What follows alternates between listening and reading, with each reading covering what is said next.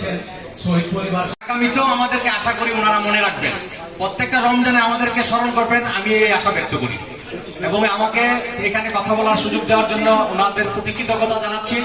আমি আশা করব আমাদের শহীদ পরিবার থেকেও দুই একজন আশা করি কথা বলবেন, আপনাদের মনের কথাগুলো বলেন।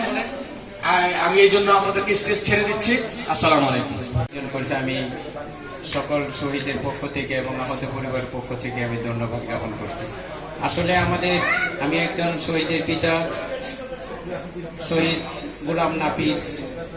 আমার ছেলে 4 আগস্টে ফার্মগে শহীদ হন। রিস্কার যে ছবিটা মাথার ভিতরে পতাকা বাঁধা ছিল, ওটাই আমার ছেলে। আসলে আমাদের তো সবই হারিয়ে গেছে, হারাবার আর কিছুই নেই। তারপরও আমরা বেঁচে আছি এবং বেঁচে থাকবো, সবাই সাথে ইফতার করব। দুঃখের মন নিয়েই তো আমাদের পথযাত্রা শুরু। কি যাতনা বেশে বুঝিবে সে কিসে, বহু আসি মিশে ধ্বংসিনী জানে। আমাদের যে যন্ত্রণাটা, এটা অন্য কেউ বুঝবে না।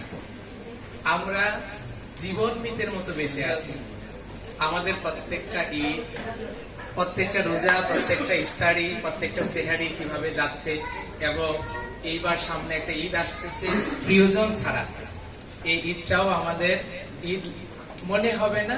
আমরা প্রথমেই যেটা বলেছি, জীবন মৃত্যুর মতো আমরা বেঁচে আছি। আজকে এই সরকার ক্ষমতার মসনদে বসে আছে, তো আমরা ভেবেছিলাম যে এই অভ্যুত্থানের ফসল হচ্ছে আমাদের এই অন্তর্বর্তীকালীন সরকার। আমরা আশা করেছিলাম যে এই সরকার অন্তত আমাদের সন্তানদের একটা সুষ্ঠু বিচার করবে, কিন্তু আমরা আসলে বিচারের নামে বিভিন্ন রকমের প্রহসন দেখতেছি। আমাদেরকে বিচারের নামে মনে করি যে মিথ্যা আশ্বাস দিচ্ছে। কিভাবে থাকতে হবে জানি না, আমাদের বুকে রক্তক্ষরণ হয়। আপনাদের সন্তানদের জন্য আমরা আজকে এখানে দাঁড়িয়ে কথা বলতে পারছি। আমরা এই রাজনীতি করছি ঠিকই, কিন্তু আমরা ঘরেও থাকতে পারিনি, কথা বলতে পারিনি। আজকে যে স্থানটা দিয়ে গেছেন এই শহীদদের প্রতি আমার চিরকৃতজ্ঞতা এবং গভীর যে সমবেদনা, এবং সারা জীবন মনে রাখবো। এই গণঅভ্যুত্থানের এই যুদ্ধের আমি একজন সাথী হতে করে নিজেকে ধন্য মনে করছি। সারাক্ষণই একটা হারানো ব্যথা আমার মনের মধ্যে কাজ করে, যে আমার পরিবারে একজন সদস্যকে বোধহয় আমি হারিয়েছি। কাদিরের কথা ভাবি, যে একটা শিশু বাচ্চা, তখন মনে হয় এই বাচ্চাটা তো আমার। যখন দেখি আমি নাদিমের দুটি শিশু বাচ্চা, আজকে প্রথম দেখলাম, আমাকে দেখে ওরা দাদু দাদু বলছে। সামনে তো ঈদ, তারা তো তাদের বাবাকে পাবে না।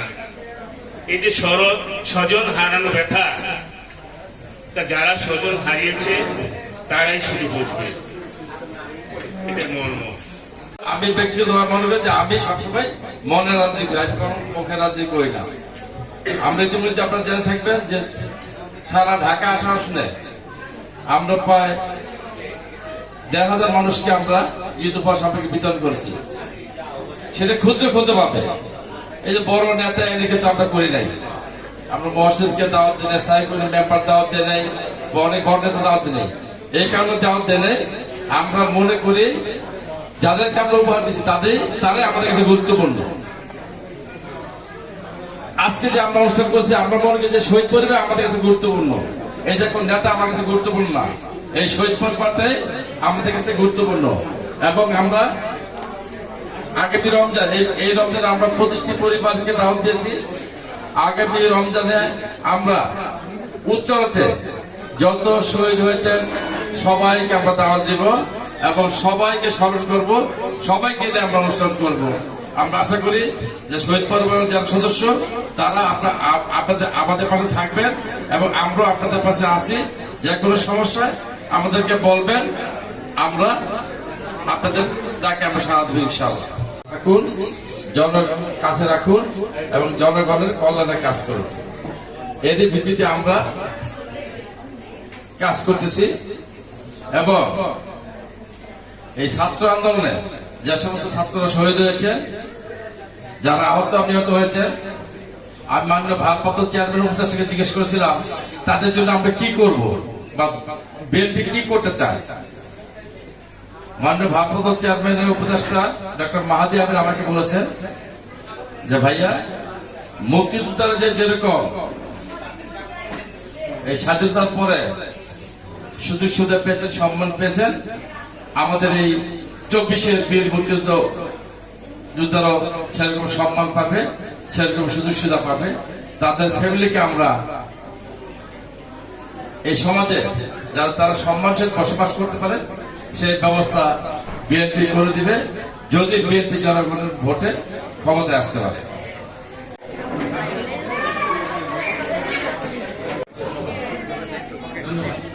ছিল যেই বন্ধুটি সেই পরিবারের আবির্ভাব শহীদ রোহানের ভাই রাহাত